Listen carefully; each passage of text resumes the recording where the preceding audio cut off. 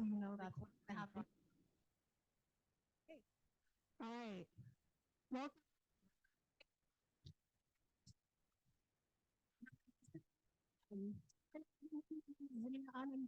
Director of Equity and Inclusion. Hola, bienvenidos. Me llamo Simia An. Yo soy la directora de Equidad. Thank you for being here. Mucho gusto. So we have just a quick announcement around a few things. So I'm going to introduce Cindy Avila, who is our Coaching Responsive Coordinator. Thank you. Bienvenidos. Vamos a tener servicios en español. Como ustedes saben, ya tienen su equipo para la interpretación, pero también cuando tengamos grupos pequeños después de la presentación de grupo grande, voy a tener un grupo aquí atrás en la esquina dedicado para nuestras familias hispanohablantes. Entonces, si se pueden recordar de cuando estemos en grupos pequeños, se vayan aquí en la esquina conmigo y mi nombre es Cindy Ávila. Trabajo en Tualatin High School. Gracias. Okay. And just a couple announcements around if you need to go to the restroom, there are 2 restrooms right here, right outside the door. También si necesitan usar el baño, tenemos 2 baños aquí al lado del edificio. All right, and we're going to get started with our program, and I would like to introduce you to our superintendent, Dr. Sue. Good evening. It's a pleasure to be with all of you here this evening. I am Dr. Sue. And if I could have the next slide, please.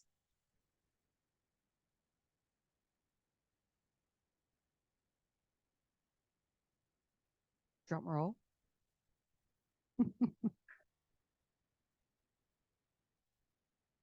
Thank you so much. So this is the agenda for this evening. How many of you were here with us previously on these evenings? Can I see just a show of hands? Okay, so we have a few. So the agenda this evening is that we'll do a little bit of a warm up here for about the first 10 minutes. We'll talk to you about what the objectives for this evening are, the things that we want to get done and need your help doing. We'll talk about the system, the way in which we are currently doing our work to serve, in this case, middle schools. We will then have an opportunity for all of you. The reason you're seated at tables is so that you can look at the same data, the information that we have, and spend some time having conversation with those at your table and giving us feedback. What do you see in this information that tells you about how we are doing our work and what we can do better, what we can do more of, or what we should do differently? And then we'll spend some time in terms of decision making and use an equity protocol for that so that everybody's voice is heard and accounted for. And then at the end, you'll have an opportunity to leave us with some feedback that we will then put with the other information that we have from high schools at the last meeting. And the next meeting next week will be elementary schools so that we can take a look across the pre-K to grade 12 spectrum, people that we serve in all of those programs. Next slide, please. So welcome. It is a thrill to be in this room with all of you. And just take a look at how many people are here to give us input. This is amazing. Please give yourselves a round of applause.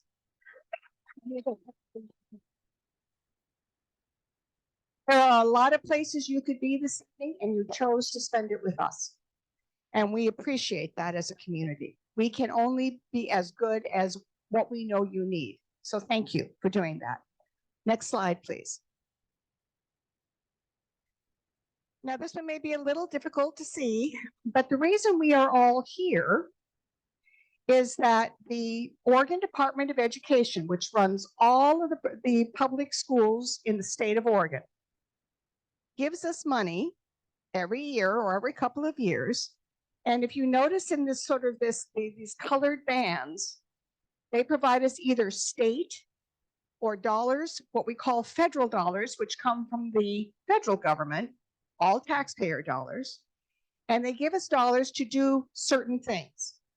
So in this case, high school success programming, the student investment account, which for staff that are in the room, you remember the Student Success Act, those are those dollars.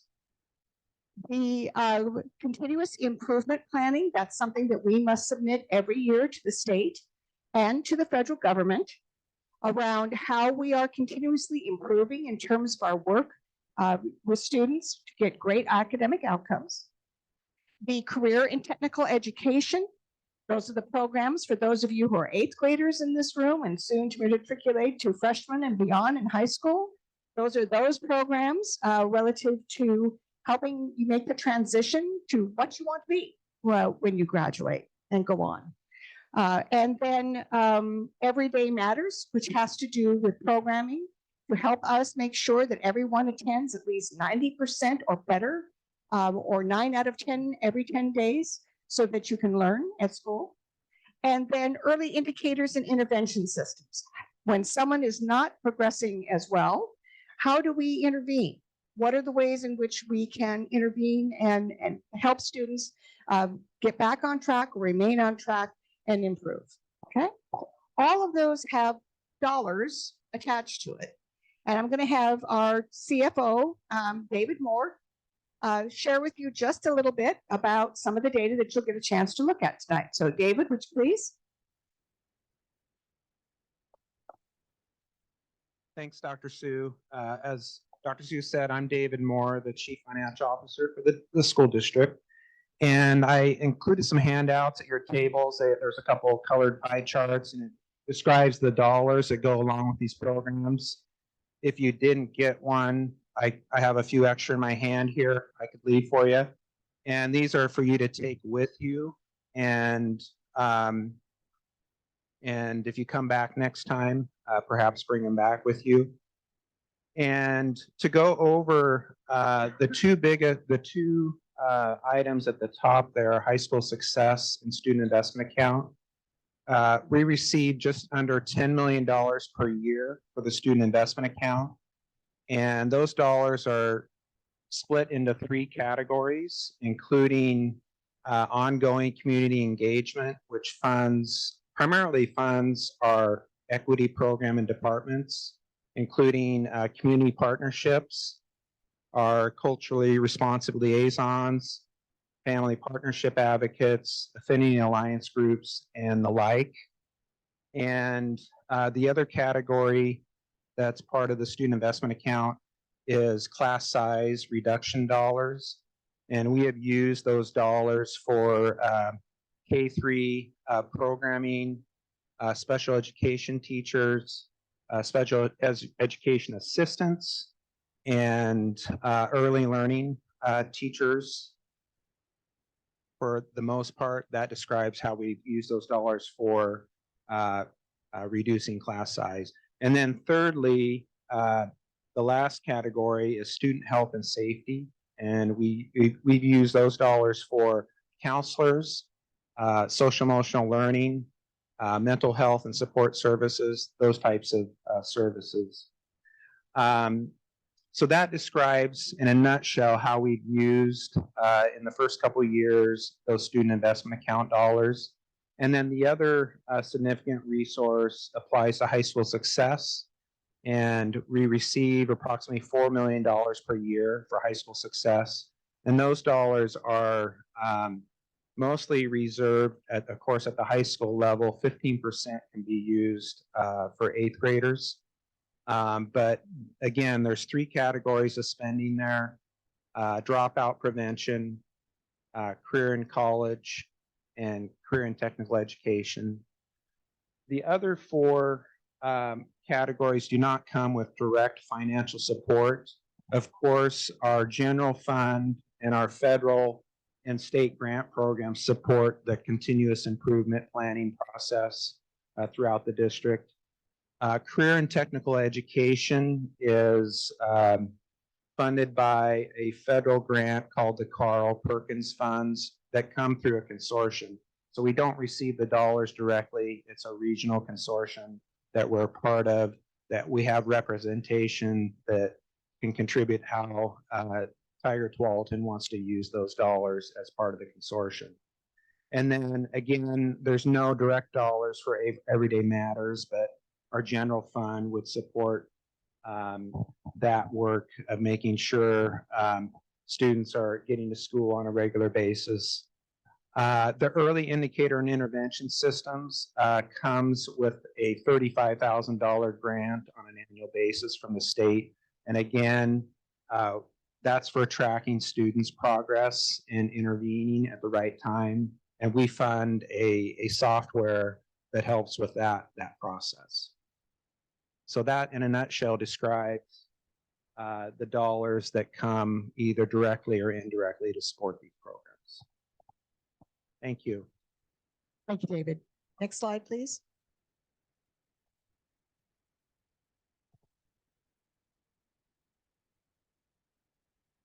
And I believe I get the opportunity to turn this over to Director Ryan. Thank you. And this is my favorite part in that we get to take a moment to see who's in the space with us and be able to share the power of I, we, and us. So first of all, we are going to talk a little bit about why we have such a big community here with us tonight. And Director Moore shared a little bit about the funding. Dr. Sue shared a little bit about what we're going to do. And then I want to talk about who's here in the room. So if we can go to the next slide, please. So these are our equity pillars. Our equity pillars are all of the people within our community that make our school a community. So I want to take a moment to call some of these pillars out. And if you wouldn't mind standing up if that pertains to you. So let's start with students. If you're a student at TGSD, can you please stand?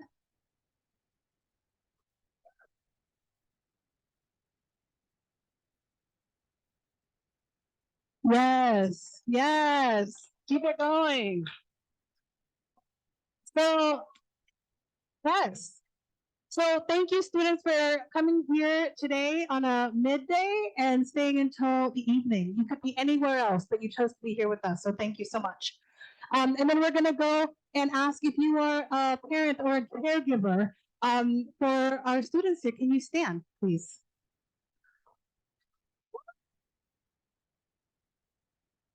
Thank you. Welcome, welcome again. Thank you for being here tonight. And if you are if you are a community partner, ERCO, REAP, please come and stand up.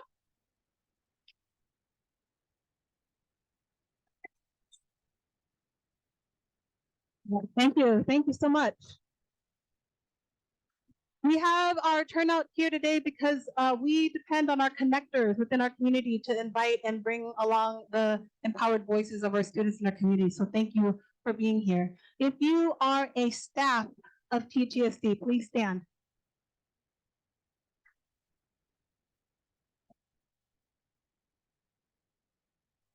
Yes, thank you so much for being here again. You could be anywhere, but you're here tonight. And then for leadership, if you are part of a board, please stand up. Yes. All right. Thank you so much for being here. We are going to ask you to bring your lived experiences to the table tonight. We are going to take a look at our system, and no one else is the experts of the experiences than you are. So we are going to talk a little bit about that as well. Next slide, please. So one of the things that I've heard from our community has been, so what happens next after we all convene? What do we do with that information?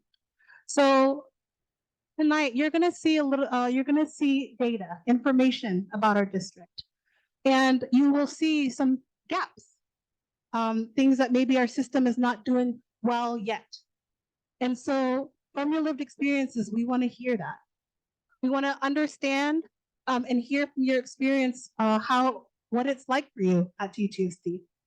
And then from there, be able to talk with our leadership and with our community about how do we support that. For instance, about 3 years ago, we convened a community, not as big as tonight, but we asked, what do you need from us? And then from there, we have our community partners, we got our family partnership advocates, we have mental health in our schools, and we have more support. So those are the clear things that happen right after a community event like this, so that we need your voice to be able to plan for our district. Okay? And then we do it over again. So every year we hope to do this, and I hope that you join us when we ask and invite you again. Next slide.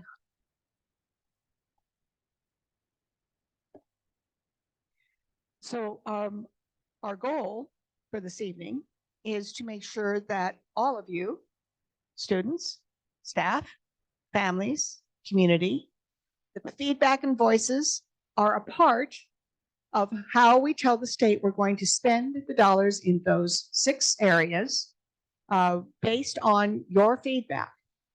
Okay, so your job tonight is to take a look at the information. It's to have good discussion with the great folks that are at your table to help us see what's working well, what's not working so well, and what needs to change, where the gaps are. And then that will inform us as to how we revise, how we change the plan that we submit to the Oregon Department of Education. All right. Now, before I turn this over to some very capable staff, I very firmly believe in gratitude. So again, my gratitude to all of you for joining us this evening, but I also need to give a shout out to Board Secretary and my Executive Administrator, Patty Roberts, for dinner tonight.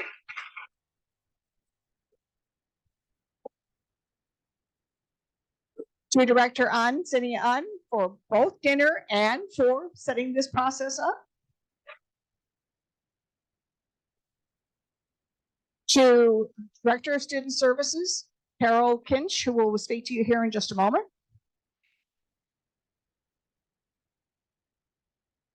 And yes, I'm getting there. And to Amber Fields, Director of Secondary Ed, who is also part and parcel of this presentation this evening. Did I miss anyone, team? Who else am I missing? And Lisa Burton, stand up, please, so we can see you.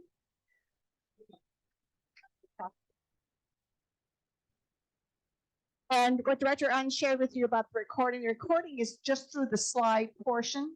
We're doing that for members of our community who are not able to be with us, but want to understand what information is being provided to the community at large. All right. So when you get into your table group conversations, that will not be recorded. All right. Our goal is to have you out of here promptly at 7:30. So without further ado, I'm going to turn it over to Director Kinch. And again, thank you so much for being here this evening. Director Kinch. Thank you.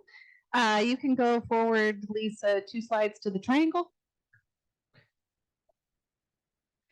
So I'm Carol Kinch. I'm the Director of Student Services. I'll be really quick, but I do want to tell you middle school is my favorite level. Woohoo! Yeah, come on, a little energy. And as I tell you my story, I hope to hear a little energy from the schools you represent. But when I first started 23 years ago, I was a special ed teacher, and I really, really wanted to be at Hazelbrook Middle School. Do we have? Can you raise your hand if you're from Hazelbrook? Just 2 of you? A little more? All right, all right. Unfortunately, they placed me at Tualatin High School, but that was really great too. But I love Hazelbrook. And then my children went to school at Fowler Middle School. Thank you, Fowler. And then I was at one point in time the principal at Tualatin Middle School. So you are my people, and I love elementary and high school too. But really, you're my favorite. So you're going to look at data today, and I just want to give you some ways to think about it.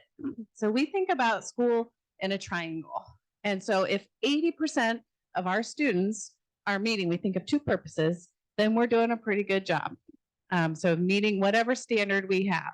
So are they meeting in grade level in reading? Are they meeting grade level in math, attending? And so we check 2 things. Are 80% of students meeting? So you're going to look at data, and I want you to ask yourself that question. And if not, then we think this is our problem. The adults here in Tigard-Tualatin. We need to fix something because something is not working for students. If they're not attending or not making grade level in reading, we are doing something wrong and we need to change our practices. Not just the second reason why we think of this system is because we want to find students who need extra help before they're really struggling. So it's called a prevention model. So my daughter struggled in reading. And so when we moved to Tigard-Tualatin, they did assessments. How many of you know what Dibbles is? All you kids, I know you know what Dibbles is because they used to come home and go, Mom, I just got dibbled today. So Dibbles in elementary school, Maze and iReady in middle school. But she would come, she was identified as someone who needed a little extra help in reading. And the great thing was we were here in Tigard-Tualatin where she was able to get those reading interventions.